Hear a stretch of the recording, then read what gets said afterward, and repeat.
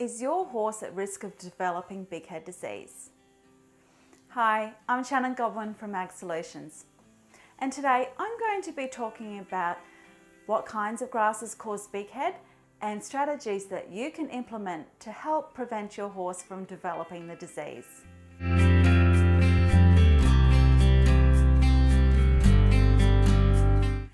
We all know that grazing grass is the best thing that you can be feeding your horse.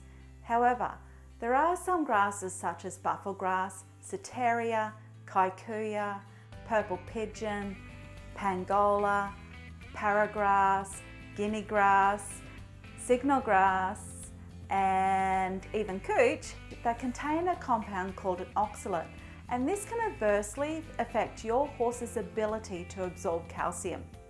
So if horses have been grazing these grasses for too long without any calcium supplements, then they are at risk of developing nutritional secondary hyperparathyroidism, which we commonly know as bighead. Bighead is essentially a severe and long-term calcium deficiency. What happens is that horses have to maintain a very specific blood calcium level.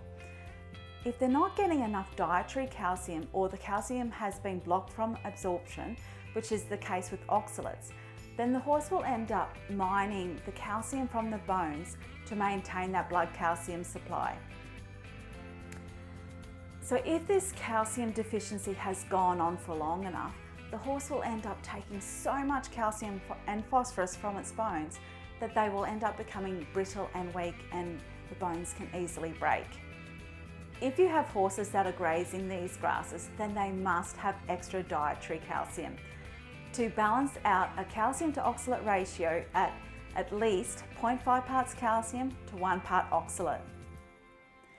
Now, it's the balancing of this calcium to oxalate ratio that is one of the most important steps in helping to prevent bighead disease.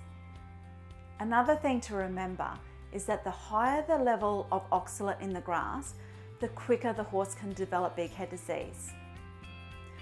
Ceteria, and in particular Kazungula Ceteria, contains so much oxalate in that grass that it's pretty dangerous for horses to be grazing, and therefore they need so much more calcium to balance out that calcium to oxalate ratio than any of the other grasses.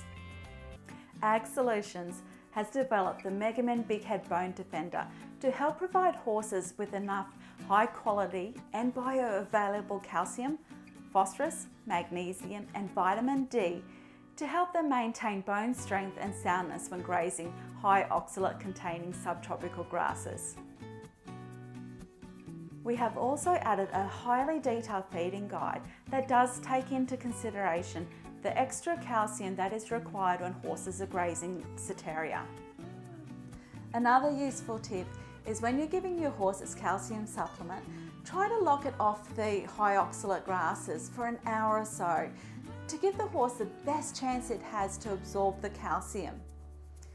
I also recommend for people to feed lucerne hay, as lucerne contains a lot of calcium, plus it's a forage source, so it contributes to the daily fibre requirements that the horse has, and essentially the horse will eat less of the grass that contains those nasty oxalates.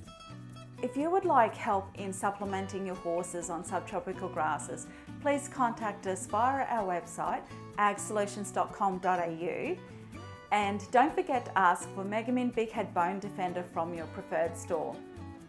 AgSolutions, helping Australia grow.